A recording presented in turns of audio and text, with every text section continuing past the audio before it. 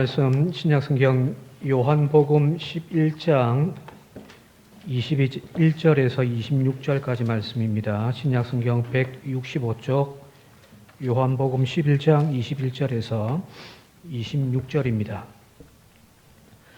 마르다가 예수께 여짜오되 주께서 여기 계셨더라면 내 오라버니가 죽지 아니하였겠나이다. 그러나 나는 이제라도 주께서 무엇이든지 하나님께 구하는 것을 하나님이 주실 줄을 아나이다. 예수께서 이르시되 내 오라비가 다시 살아나리라. 마르다가 이르되 마지막 날 부활 때에는 다시 살아날 줄을 내가 아나이다. 예수께서 이르시되 나는 부활이요 생명이니 나를 믿는 자는 죽어도 살겠고 무릇 살아서 나를 믿는 자는 영원히 죽지 아니하리니 이것을 네가 믿느냐. 아멘. 호산나 찬양대 찬양 읽겠습니다.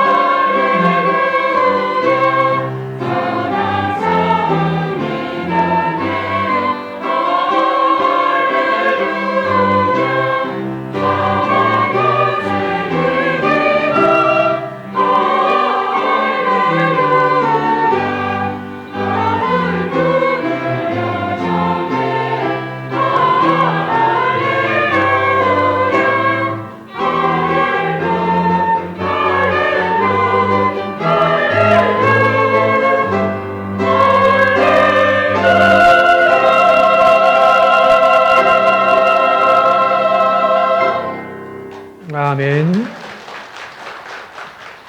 우리 함께 할렐루야 함께 한번 크게 한번 우리 외쳐봅시다. 침방울은 튀지 않을 정도로만. 예, 할렐루야. 예, 예수 부활하셨습니다. 함께 우리 축하하고 축복하는 이 자리가 되어줄 수 있길 바랍니다. 오늘은 부활주일입니다. 죽음의 권세를 이기고 절망과 고통 속에서 신음하던 모든 생명에게 죽음을 넘어 생명으로 초대하시고 소망을 주시는 그 주님을 찬양합니다. 예수님의 부활은 어느 날 갑자기 하늘에서 갑자기 뚝 떨어진 것이 아니지요. 예수님의 살아생전에 여러 차례 이 십자가의 죽음과 함께 부활을 예고하셨습니다. 지난주에도 말씀드렸습니다마는 예수님의 죽음에 대한 예고가 3번 등장하는데 그 3번의 순환에 대한 예고에서 부활은 함께 세트로 함께 예고되고 있다는 거거든요. 말씀 한 절씩 한번 함께 읽어볼게요. 첫 번째 예고가 마가복음 8장 31절입니다. 시작. 인자가 많은 고난을 받고 장로들과 대제사장들과 서기관들에게 버림받아 죽임을 당하고 사흘 만에 살아나야 할 것을 비로소 그들에게 가르치시되. 이게 첫 번째 예고였단 말이에요. 베드로의 고백 이후에. 두 번째는 변화산에서 내려오시는 그 이후에 또 계속해서 이야기합니다. 마가복음 9장 31절입니다. 함께 읽겠습니다. 이는 제자들을 가르치시며 또 인자가 사람들의 손에 넘겨져 죽임을 당하고 이제 사흘 만에 살아나야 하리라는 것을 말씀하셨기 때문이더라. 마지막 마가복음 10장 34절입니다. 그들은 능욕하며 침뱉으며 채찍질하고 죽일 것이나 그는 3일 만에 살아나리라 하시니라. 아멘. 여기 죽음만을 예고한 것은 아니죠. 죽음과 함께 부활을, 그것도 정확하게 3일 만에라고 하는 그 시간까지 주님은 곁들여서 부활을 예고하고 있습니다. 그리고 또 한 번 부활에 대한 예고를 하시는데, 그것이 오늘 읽은 성경 본문 말씀에 죽은 나사로를 다시 살리시는, 그것을 통하여 부활의 어떤 말이 아니라 실제라는 사실을 어찌 보면 리허설 하듯이 한번 나사로를 살리는 기적을 통하여서 주님은 다시 한 번 더 말씀하고 계시거든요. 자, 여기 보면 예수님과 그 오라비를 잃었던 그 두 자매 마르다와 마리아의 대화를 이렇게 자세히 들여다보면은 어떤 예수님께서 단순하게 그 가족들에게 사랑하는 오빠를 잃어버렸던 그 아픔을 위로하는 차원, 우리가 흔히 장례식장 가서 뭐라 말할 것이 없습니다 하면서 함께 이제 인사치레하는 그런 어떤 통상적인 관념의 장례식장의 모습이 아니라, 오늘 마지막 부분에 우리가 읽었습니다만 죽음과 그걸 넘어서는 부활에 대한 어떤 중요한 신학적인 의미를 이 나사로의 이야기를 통하여서 주님은 지금 말씀하고 계시는 거거든요. 자, 여기 주님께서 분명 나는 부활이다라고 말씀하시고, 살아서 나를 믿는 자는 영원히 죽지 않으냐 할 것이고, 죽어서 믿는 자는 또한 다시 살아날 것이다라고 하는 이 주님의 부활 문제에 대하여서 엇갈린 반응 두 개가 나오고 있습니다. 이 두 명의 자매의 모습을 통하여서 오늘 우리는 어떤 신앙을 하고 있는지 한번 좀 점검해 보는 시간 좀 되었으면 좋겠습니다. 첫 번째가 바로 예수님과 만난 마르다의 반응입니다. 미리 오라고 미리 통보를 해서 자기 오빠가 지금 살아있을 때, 목숨이 간당간당하고 있을 때 예수님 좀 오라고 했는데 예수님이 이틀이나 지체하면서 오질 않거든요. 그리고 오빠가 죽어버렸습니다. 그리고 이제 뒤늦게 지금 주님이 오셨다는 소식을 언니 마르다가 듣고 지금 벗은 발로 뛰어나가 주님을 맞이하는 장면이 나와 있습니다. 여기 보면 이 예수님과 마르다의 대화를 쭉 한번 좀 따라가 볼 필요가 있습니다. 21절에 보니까 21절에 주께서 여기 계셨더라면 내 오라비가 죽지 않았을 겁니다. 그죠? 그 능력 많으신 주님, 많은 자들의 병자들을 고치셨던 그 주님을 마르다는 알고 있단 말이에요. 그분이 좀 빨리만 오셨더라면 우리 오빠 죽지 않았을 건데 하는 그 아쉬움과 원망 섞인 그런 마음들이 여기 지금 들어가 있더란 거예요. 안타까움의 이야기를 끝내고 난 다음에 바로 이어서 22절에 보게 되어지면은 마르다가 이렇게 이야기합니다. 함께 한번 읽어볼게요. 22절 시작. 그러나 나는 이제라도 주께서 무엇이든지 하나님께 구하는 것을 하나님이 주실 줄을 아나이다. 원망, 불평, 혹은 아쉬움, 슬픔, 그 단계를 뛰어넘어서 이제라도 하는 표현이 어떤 소망과 희망을 이 마르다가 가지고 있더라는 거예요. 지금이라도 주님께서 우리 오빠를 어떻게든 한번 또 살려주실 수 있다라고 하는 그런 희망을 가지고 있잖아요. 그죠? 그 이야기를 듣자 주님께서 하신 말씀이 내 오라비가 다시 살아나리라 하고 말씀하시거든요. 주님이 그 희망 섞인 그 마르다의 이야기를 듣고 네 오빠가 살아날 거다. 이렇게 이야기를 하십니다. 그에 대한 반응이 바로 24절에 마르다의 반응이 이렇게 소개되어 있습니다. 함께 다시 읽겠습니다. 시작. 마지막 날 부활 때에는 다시 살아날 줄을 내가 아나이다. 부활 신앙이 분명히 마르다에게는 있단 말이에요. 그죠? 왜냐하면 유대인들은 이 부활 신앙을 그 당시에 가지고 있었거든요. 물론 사두개파 같은 사람들은 부활을 인정하지 않았지만 많은 유대인들이 부활 신앙을 가지고 있었습니다. 그래서 네 오빠가 다시 살아나리라고 하는 이 주님의 말씀에 대하여 아멘 했습니다. 근데 문제는 그것이 지금의 부활이 아니라 마지막 날 인자가 이 땅 가운데 올 때에 그 심판의 날 다시금 일으켜 세우시는 그 부활을 자기는 알고 있다는 거잖아요. 자, 이 먼 미래에 일어날 일로 생각하고 있는 지금 당장의 위로와 그 사건이 아니라 저 먼 미래에 일어날 부활을 마르다는 믿고 있다는 거거든요. 그러니까 이에 대해서 예수님께서 계속해서 말씀하시는데 그게 25절과 26절입니다. 한번 함께 읽어볼게요. 25절과 26절 없습니까? 제가 읽어드릴게요. 나는 부활이요 생명이니 나를 믿는 자는 죽어도 살겠고 무릇 살아서 나를 믿는 자는 영원히 죽지 아니하리니 이것을 네가 믿느냐라는 겁니다. 나는 부활이고 나는 생명이다라는 거예요. 그래서 나를 믿는 자는 죽어도 살아날 거라는 거예요. 그래서 지금 살아서 나를 믿는 자들은 영원히 죽지 아니할 것이다. 이 부활 신앙을 네가 믿느냐는 거예요. 그게 참 먼 미래가 아니라 지금의 이야기라는 거거든요. 네가 이것을 믿느냐라고 물었을 때에 이 마르다가 27절에 이렇게 이야기합니다. 주여 그러하여이다. 주는 그리스도시요 세상에 오시는 하나님의 아들이신 줄을 내가 믿습니다.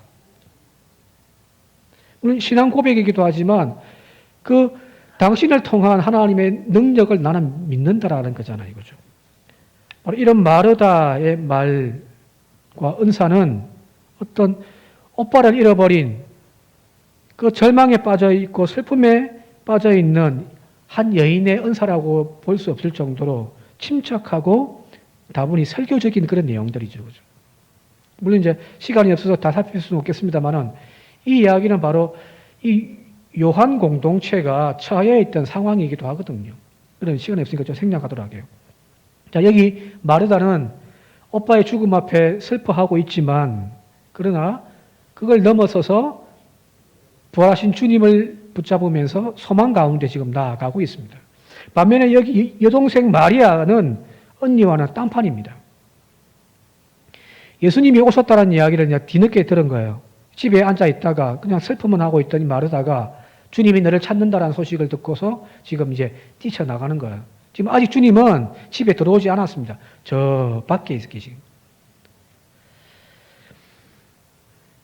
예수님을 만나자마자 마르다가 이렇게 이야기합니다. 32절에 보게 되어지니까 32절에 주께서 여기 계셨더라면 내 오라비가 죽지 아니하였겠나이다. 자기 언니와 똑같은 이야기를 하고 있죠. 그죠? 주님이 조금만 더 일찍 오셨으면 주님이 우리 오빠를 좀 만져주셨으면 이렇게 죽지 않았을 건데, 그죠? 그 원망과 그 슬픔이 지금 절에 있더라는 거예요. 그런데 이 말을 끝나고 난 다음에 그 이후로 33절에 보게 되어지니까 그 이후로 마리아는, 동생 마리아는 한마디도 하지 않았습니다. 그리고 오직 슬퍼서 울고 있을 뿐입니다. 오빠의 죽음 앞에 지금 막 흐느끼며 계속 울고 있더라는 거예요. 지금 여기 동생 마리아는 오빠의 죽음 앞에 한없는 절망, 좌절, 거기에서 헤어나지를 못하는 거예요. 가끔 장례식장 같은 데 가보면은 이 유족들 중에서 진짜 막 슬프게 우는, 거의 막 정신이 잃을 정도로 슬프게 우는 그런 광경들도 목격하잖아요. 이거죠. 아마 마리아가, 동생 마리아는 지금 그 상황에 빠져 있단 말이에요. 너무도 슬프게 울기만 하니까 주변에 있는 사람들이 그 슬픔이 전염되어져 버립니다. 33절을 한번 함께 읽어보도록 할게요. 시작. 예수께서 그가 우는 것과 또 함께 온 유대인들이 우는 것을 보시고 심령에 비통히 여기시고 불쌍히 여기사. 무슨 말이냐면 이 마리아가 너무 슬프게 막 울고 있으니 거기에 지금 위로하러 온 유대인들이 함께 막 울고 있더라는 거예요. 마리아 울고 있죠. 주변에 함께 해온 이웃들도 함께 지금 울고 있죠. 그걸 바라보고 있던 주님이 마음이 비통하더라는 거예요. 마음이 찢어지더라는 거잖아요. 나중에 보면 예수님도 울었다는 이야기가 나오거든요. 자, 여기 두 자매의 이야기지만 이 두 자매의 모습이 너무너무 상반되어진다는 것을 여러분들 우리가 발견할 수가 있다는 이야기입니다. 예수님과 언니 마르다의 대화에서는 분명 죽음에 대한 언급도 있지만 그 죽음을 넘어서서 극복하는 부활과 생명에 대한 대화가 막 이루어져 가는데 여기 동생 마리아와의 대화에서는 그 죽음에 머물러서 그냥 슬픔에만 빠져 있단 말이에요. 마리아와의 대화가 없지만 마리아도 울고 주님도 울고 있는 거죠. 슬픔에 지금 빠져 있는 대화를 하고 있는 거란 말이에요. 죽음의 권세 앞에서 어떤 사람은 슬픔에 사로잡혀서 마리아처럼 눈물만 흘리는 사람이 있는가 반면에 어떤 이는 그 죽음을 넘어선 부활을 소망하는 사람들도 있더라는 거예요. 죽음의 문제뿐만 아니라 현실의 고통도 마찬가지입니다. 현실의 고통 속에서 어떤 사람들은 절망하고 좌절하고 한숨만 쉬는 그런 사람도 있지만 그 절망을 넘어서서 부활을 노래하는 소망을 노래하는 그런 믿음의 사람들도 있습니다. 여러분들은 어떤 자리에 서 있습니까? 우리는 지금 어떤 주님을 만나고 계십니까? 십자가에 죽으신 주님을 만나고 계신가요? 아니면 그걸 넘어서서 다시금 부활하신 주님을 만나고 계십니까? 아직도 무덤에 머물러 있지는 않습니까? 그래서 나를 위하여 십자가에 죽으셨다라고 하는 그 하나님의 은혜에 그냥 슬퍼하고 죄책감에 빠져 그냥 신앙생활을 하고 있지는 않습니까? 아니면 죽음을 넘어서 이기고 부활하신 주님을 만나서 환희와 승리의 노래를 부르면서 날마다 찬송하며 아까 우리 장로님 기도하셨던 내용처럼 평안을 누리며 살아가는 그런 신앙생활을 하고 있습니까? 아니면 이것도 저것도 아닌 예수의 죽음도 부활도 아무 상관없는 예수 없는 삶을 혹 살고 있지는 않습니까? 기독교의 교리에서 이 구원이라고 하는 개념은 그 출발점은 분명히 예수님께서 우리의 죄를 대신하여 십자가에 대속물로 죽으셨다라고 하는 나 때문에 나의 죄 때문에 주님이 죽으셨다라고 하는 그 신앙의 고백, 그 십자가 앞에서 우리의 가슴을 찢으며 참회하는 그런 믿음으로 나아가는 것이 바로 구원의 첫 번째 단계죠. 그죠? 십자가가 있어야 된단 말이에요. 근데 이것만 가지고는 구원의 반쪽밖에 안 됩니다. 구원의 반쪽이면 얼마죠? 4.55인가요? 4.5원. 자, 앞서 서두에서 말씀드렸습니다만 예수님께서 세 번의 그 죽음에 대한 순환에 대한 예고를 하셨을 때에도 십자가와 함께 부활을 짝지어서 예고하셨다고 했잖아요. 그죠? 십자가에서 죽음도 우리에게 은혜고 하나님의 구속의 은총이지만 거기에만 머물러 있어서는 안 된단 말이에요. 십자가만 있다고 한다면은 기독교는 아마 모든 인간들을 다 죄인으로 만들 거예요. 그래서 365일 고난주간입니다. 부활 없이 십자가만 있다고 한다면은 지난 우리 한 주간 동안 고난주간을 보냈습니다만은 교회 나와서 주님 앞에 엎드릴 때마다 죄인입니다. 죄인입니다. 우리는 이것밖에 없을 거예요. 바로 이런 대표적인 인물이 누구냐면 바로 가룟 유다 아닌가요? 가룟 유다. 스승이었던 예수님을 은 30냥에 팔아버렸던 그 죄책감 때문에 그는 거기까지 갔단 말이에요. 거기까지. 그러나 기독교의 구원은 그 대속의 십자가를 넘어서서 다시 생명으로 일어서는 부활까지 나아가는 거예요. 여기까지가 기독교의 구원의 은총입니다. 우리는 그 십자가 현장에서 다시금 부활의 신앙으로 일어서야 합니다. 죽음을 넘어서서 부활의 자리에까지 나아갈 때에만 비로소 진정한 기독교의 신앙이 되어질 수가 있더라는 거거든요. 자, 그 자리에 나아갔던 사람들은 어떻게 되었냐면 절망, 고통, 박해, 핍박, 그게 쉽게 무릎 꿇지를 않더라는 거예요. 자, 가룟 유다와 비교해서 주님의 십자가 앞에서 배반하며 각기 제 살 길 찾아 나갔던 배신했던 그 나쁜 제자들, 그들이 바로 부활하신 주님을 만났을 때에 그들은 변화되어지더라는 거예요. 그죠? 가룟 유다처럼 끊임없이 주님을 팔았다고, 주님을 외면했다고, 주님을 배반했다고 가슴 치며 통회하며 죄인처럼 사는 인생이 아니라 이제는 부활하신 주님을 만나서 세상 속에서 평화와 생명을 노래하는 부활의 정인들이 되어지더라는 거예요. 그게 바로 부활신앙입니다. 오늘 여기 마르다와 마리아가 있다면 저와 여러분들은 마리아의 자리에서 마르다의 신앙으로 옮겨가는 그런 은혜가 있기를 주님의 이름으로 축원드립니다. 자, 여기 예수님도 함께 우셨어요. 그죠? 마리아처럼. 마리아가 너무 그 죽음에 지금 사로잡혀가지고 눈물만 흘리고 있으니 주님도 함께 아파하고 비통해하면서 함께 우셨단 말이에요. 그런데 주님은 눈물만 흘리지 않았습니다. 여기 보면은 38절에 사람들을 불러 모아놓고서 다음같이 이야기를 합니다. 38절, 39절을 함께 읽겠습니다. 시작. 이에 예수께서 다시 속으로 비통히 여기시며 무덤에 가시니 무덤이 굴이라 돌로 막혔거늘 예수께서 이르시되 돌을 옮겨 놓아라 하시니. 슬퍼요. 죽음의 그 고통에 주님도 함께 아파하고 계세요. 그런데 주님은 거기에 머물러 있지 않습니다. 사람들에게 뭐라고 이야기하냐면은 돌을 옮겨라. 무덤 입구를 막고 있는 큰 돌을 지금 옮겨 놓으라는 거잖아요. 그죠? 자, 여기 돌을 옮기라는 그 주님의 음성이 오늘 우리에게 들려질 수 있길 바랍니다.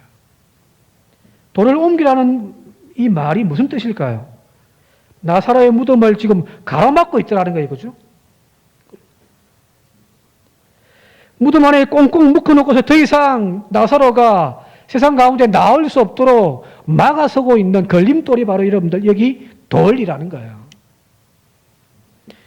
주님의 부활하셨던 그날, 오늘 주일날 새벽에 어떤 부활의 정인으로 갔던 여인들의 이야기도 나오지만 그 저녁에 이야기도 나와 있는데 요한복음 20장 19절에 보게 되어지니까 이렇게 되었습니다. 그날 곧 안식 후 첫날 예수님이 부활하신 날이죠.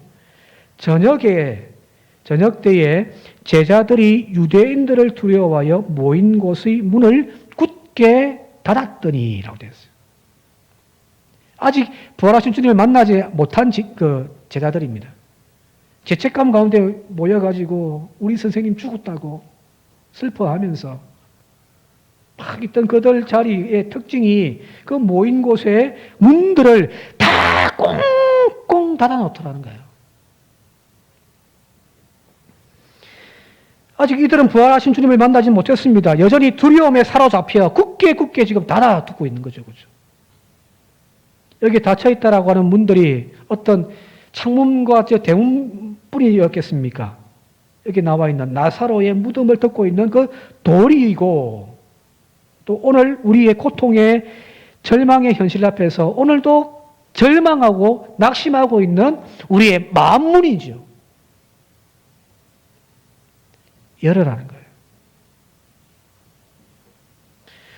오늘 우리가 십자가의 대속의 은혜로 하나님의 자녀가 되어진 그 은총의 자리에 머물러 있는 것도 여러분들 축복이고 은혜지만 거기에만 머물러 있지는 맙시다. 십자가 바라보면서 한없는 죄인임을 깨닫는 그것도 은혜지만 그러나 주님은 그 돌을 제끼라는 거예요. 그리고 세상 속으로 나가라는 거예요. 그게 부활의 은총이고 그것이 부활을 경험한 제자들의 모습이기도 했단 말입니다. 현실의 고난과 역경 앞에 어찌할 줄 몰라 눈물만 흘리는 절망의 돌을 이제 거두어 치워버립시다. 육신의 질병, 가정의 문제, 이 모양 저 모양으로 다 보고 그 어둠에 무덤 속에서 지금 벌벌 떨고 있는 우리지만 부활하신 주님을 만나서 눈물만 흘리던 우리가 이제는 소망으로 기쁨으로 세상을 나아가는 그런 은혜를 부어주신 것이 바로 부활절 날 우리가 맞이하는 주님의 은혜입니다. 바로 이 은혜를 고백하고 더 이상 슬픔의 노래가 변하여 기쁨의 노래가 되어지고 죽음의 권세에 짓눌려 있던 우리가 부활신앙으로 일어서는 그런 저와 여러분들이 되어질 수 있기를 지금 주님의 이름으로 축원드립니다.